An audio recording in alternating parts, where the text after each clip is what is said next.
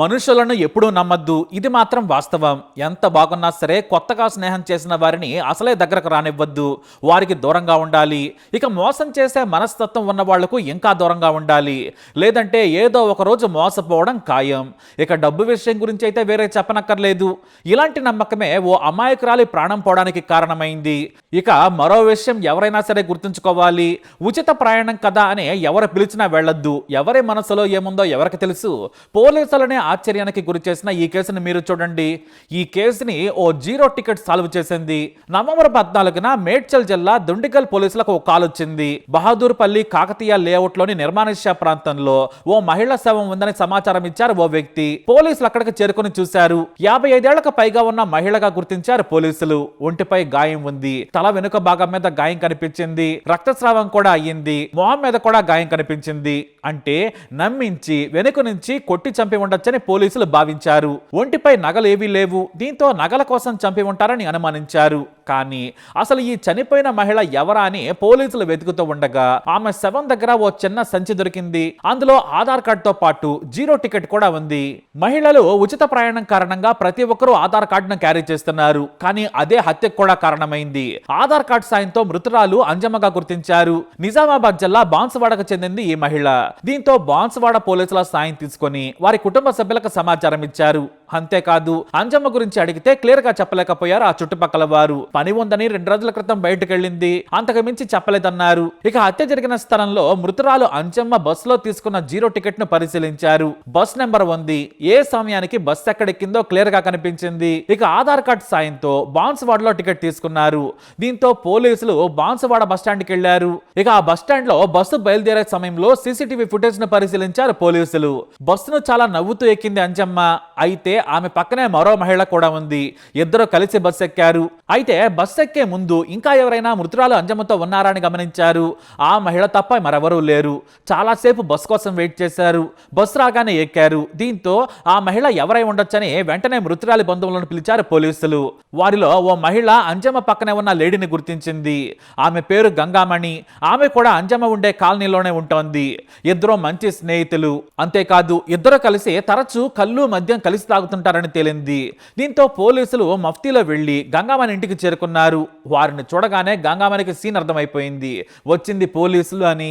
వెంటనే ఆమె గురించి ఎంక్వైరీ చేశారు. స్థానికంగా కూడా ఆమె మీద పలు కేసులున్నాయి. దీంతో స్థానిక పోలీసులు కూడా వచ్చారు. గంగామణి ఇంట్లో వెతకగా అంజమ్మకు చెందిన 2.5 లక్షల విలువైన బంగారం, వెండి ఆభరణాలు దొరికాయి.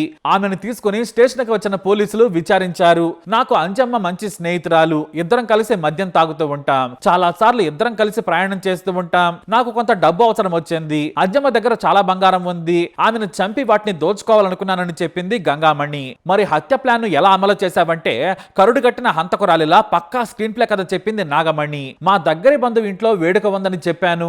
అంజమ్మకు కూడా మా బంధువు పరిచయమే. మంచి దావత్ ఇస్తుంది, వెళ్లి వద్దామని చెబితే అంజమ్మ ముందు రానని చెప్పింది. తనకు వేరే పని ఉందని చెప్పడంతో ఫ్రీ బస్సే కదా, మళ్ళీ సాయంత్రం వరకు వచ్చేద్దామని చెప్పాను. మద్యం పార్టీ ఇస్తానని చెప్పడంతో సరేనంది. ఇక ఫంక్షన్ అంటే ఇంట్లో ఉన్న నగలు కూడా పెట్టుకుని వచ్చింది అంజమ్మ. బాన్సువాడలో బస్ ఎక్కిన తర్వాత గండి మైసమ్మ బస్టాండ్ దగ్గర దిగాము. ఆమెకు కళ్ళంటే చాలా ఇష్టం. అందుకే అంజమ్మకు కళ్ళు తాగించాను. ఆమెకు కిక్కొచ్చిన తర్వాత మా బంధువుల ఇంటికి షార్ట్ కట్ ఉందని చెప్పి నమ్మించాను. కాకతీయ లేఅవుట్ ప్రాంతంలో నుంచి వెళ్ళొచ్చని చెప్పాను. అప్పటికే నా సంచిలో చిన్న దుడ్డు కర్ర ఉంది. ఇద్దరం కలిసి నడుస్తూ ఉన్నాం. నా కాలుకు రాయి తగిలినట్లు నటించాను. దీంతో ఆమె ముందు నడుస్తూ ఉంది. నా సంచిలోని చిన్న దుడ్డు కర్రతో గట్టిగా వెనుక నుంచి తల మీద బాదాను. ఆమె నొప్పితో విలవిలలాడి వెనక్కి తిరిగింది. మళ్ళీ మొహం మీద కొట్టాను. నొప్పితో కింద పడిపోయింది. మళ్ళీ పదే పదే తల మీద బాదాను. ఆ దెబ్బలతో స్పృహ కోల్పోయింది. ఆ తర్వాత గొంతు నిలిమి చంపేశాను. ఒంటిపై ఉన్న నగలను దోచుకుని సంచిలో పెట్టుకున్నాను. ఆ దుడ్డు కర్రను కూడా సంచిలో వేసుకుని బస్టాండ్కి వచ్చాను. ఆ తర్వాత మా బంధువుల ఇంటికి కూడా వెళ్ళలేదు. ఎందుకంటే తనతో పాటు అంజమ్మ రావడం ఎవరైనా చూస్తుంటారని నేను సాయంత్రానికి ఇంటికి చేరుకున్నాను. అందరికీ కనిపించేలా మాటలు కలిపాను. ఎందుకంటే అంజమ్మ తనతో లేదని అందరూ భావించాలని ప్లాన్ చేశాను. వాళ్ళ కూతురు దగ్గర కూడా వెళ్ళాను. అంజమ్మ ఊరికెళ్ళిందని చెప్పారు. ఇక నన్నెవరో పట్టుకోరని అనుకున్నానని పోలీసులకి చాలా తాపీగా చెప్పింది నీచురాలు గంగామణి. అయితే ఈ హంతకురాలు పలు చోరీ కేసుల్లో నిందితురాలు. బస్ స్టాండ్లు, జాతరల్లో దొంగతనాలు చేయడం బాగా అలవాటు. పోలీసులు జైలుకు కూడా పంపారు. బెయిల్ మీద బయట తిరుగుతుంది. ఈ విషయాలు బయటపడకుండా అంజమ్మతో స్నేహం చేసింది. పాపం అంజమ్మ అమాయకంగా నమ్మేసింది. బాగా నమ్మిన తర్వాత హత్య చేసిందని పోలీసులు చెప్పుకొచ్చారు. ఇక ఇక్కడ ఫ్రీ బస్ కూడా కొంపముంచింది. ఛార్జీలు లేకపోవడంతో దూరమైనా కూడా మహిళలు పని లేకుంటే సరదాగా ప్రయాణాలు చేస్తున్నారు. ఉచిత బస్సు కదా అని ఎవరు పిలిచినా వెళ్లొద్దు. ఇలాంటి హంతకులు కూడా నక్కి ఉంటారని పోలీసులు గుర్తు చేస్తున్నారు. మొత్తానికి జీరో టికెట్ హంతకరాలని పట్టించింది. ఆధార్ కార్డు మృతురాలని గుర్తించేందుకు సాయపడింది అన్నారు పోలీసులు.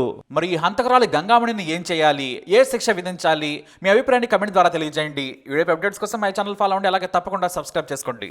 14వ తారీఖున మన మహేంద్ర యూనివర్సిటీ దగ్గరలో ఒక ఐసోలేటెడ్ ప్లేసెస్లో మహిళ మృతదేహం అనుమానాస్పద స్థితిలో పడి ఉండగా మాకు డయల్ 100 కాల్ రావడం, పెట్రోల్ కార్ వాళ్ళకి వెళ్ళి చూసిన తర్వాత ఆ రోజు కేసు నమోదు చేసుకొని గాంధీ హాస్పిటల్లో పోస్ట్మార్టం చేసిన తర్వాత అంటే మనకి అప్పుడు కూడా మహిళ ఎవరో తెలియదు. ఒక సీసీ కెమెరా ఆధారంగా ఆ ప్లేస్ నుంచి గండి మైసమ్మ వరకు కూడా సీసీ కెమెరాలు చూడటం, అక్కడ వాళ్ళు ఒక ఆర్టీసీ బస్సులో దిగినట్టుగా మనకి క్లూ దొరకటం, ఆర్టీసీ బస్సు వాళ్ళని కూడా మాట్లాడి జీరో టికెటింగ్ ఆధారంగా ఇది బోధన్ డిపో నుంచి వచ్చిన బస్సు అది. ఆ బోధన్ డిపో నుంచి ఎక్కడెక్కడ ఈ జీరో టికెట్ లేడీస్ కోర్టు తీసుకుంటే మనకి బాన్స్వాడలో, బోధన్లో, నర్సాపూర్లో 3 ప్లేసెస్లో జీరో టికెట్ కొట్టినట్టు తెలిసింది. ఆ ప్లేసెస్లో సీసీ కెమెరాలు చూసినప్పుడు మనకి బాన్స్వాడలో ఇక్కడ ఆల్రెడీ మనకి నర్సాపూర్ ఎక్స్ రోడ్ ఇక్కడ గండిమేసమ్మ దగ్గర బ్లర్గా క్లారిటీ లేని ఫుటేజ్ దొరికితే దాని ఆధారంగా మనం అక్కడ బాన్స్వాడ డిపోలో క్లియర్గా సీసీ ఫుటేజ్ చూడడం జరిగింది. అక్కడ ఈ లేడీతో పాటు ఎవరైతే ఇక్కడ మనకి డిసీజులు ఉందో డిసీజులతో పాటు ఇంకొక మహిళ కూడా రావడం జరిగింది. ఏమతో పాటు ఇద్దరు ఆ బస్సులో బాన్స్వాడ నుంచి ఇక్కడ మన గండిమేసమ్మ దగ్గర దిగిన తర్వాత ఈ కళ్ళు కాంపౌండ్లో కళ్ళు తాగి అక్కడ మహేంద్ర యూనివర్సిటీ పక్కన ఉన్నటువంటి ఐసోలేటెడ్ ప్లేస్కి పోవడము, ఆమెని నమ్మించి తీసుకురావడం జరిగింది ఇక్కడ దాకా. అంటే వీళ్ళిద్దరు కూడా ఇప్పుడు చనిపోయిన వ్యక్తి పేరేమో అంజమ్మ, భర్త నాగయ్య, ఆమె వయసు 44 సంవత్సరాలు, బాన్స్వాడ వాళ్ళది. ఇప్పుడు ఎవరైతే నేరస్తురాలు ఉన్నదో ఆమె పేరు బూసిపోయిన గంగామణి, భర్త నర్సింహులు. వీళ్ళిద్దరు కూడా బాన్స్వాడలో ఒక ఏరియాలో ఉంటారు. అక్కడ చిన్న చిన్న లేబర్ పనులు చేసుకుంటూ జీవించేవాళ్ళు. మాకు ఎవరైతే ఇప్పుడు ఈ గంగామణి ఉన్నదో మాకు ఆల్రెడీ ప్రీవియస్ దొంగతనాలు చేసిన కేసులు ఉన్నాయి. అక్కడ బాన్స్వాడ పోలీస్ స్టేషన్లో ఒక సస్పెండ్ షీట్ ఓపెన్ చేసి ఉంది. అయితే ఈమెని అంజమ్మని నమ్మించి మా చుట్టాల ఇంటికి పోయేద్దామని చెప్పేసి ఇక్కడ తీసుకురావడము, అక్కడ కళ్ళు దాపించి ఎవరు లేని ప్రాంతానికి తీసుకెళ్ళి ఆ మైకంలో ఈమెని ముందస్తుని ప్రాణాలకు వేసుకొని ఒక కర్ర కూడా తెచ్చుకోవడం జరుగుతుంది. ఆ కర్రతోటి ఆమెని తల మీద గట్టిగా కొట్టేసరికి ఆమె స్లో కోల్పోయిన తర్వాత మళ్ళీ ఆమెని కొట్టడం, ఆమె చనిపోయిందని తెలిసిన తర్వాత ఆమె కాళ్ళకు ఉన్నటువంటి పట్టీలు, ఆమెకి ఉన్న పుస్తకాడు, చెవుల దిద్దులు, ఉంగరము ఇవన్నీ కూడా తీసుకొని తిరిగి వెళ్ళిపోవడం జరుగుతుంది. దాదాపు ఇప్పటికి వారం 10 రోజులు అవుతున్నప్పుడు సుమారుగా మనకి ఇప్పుడు 8 రోజులు అయింది ఇన్సిడెంట్ అయ్యి. అంటే మనకి ఈ కెమెరాల ఆధారంగా మన ఆర్టీసీ బస్సులో ఈ జీరో టికెట్ ఆధారంగా మనం ట్రాక్ చేయడం తప్ప వాళ్ళ ఇంటి వాళ్ళు ఈమె జనరల్గా అప్పుడప్పుడు బయటికి పోవడం రావడం జరుగుతున్నది కాబట్టి వాళ్ళకి ఆ పోలీసులు కంప్లైంట్ కూడా ఇవ్వలేదు. ఎవరైతే ఇప్పుడు మనం ఈ గంగామణి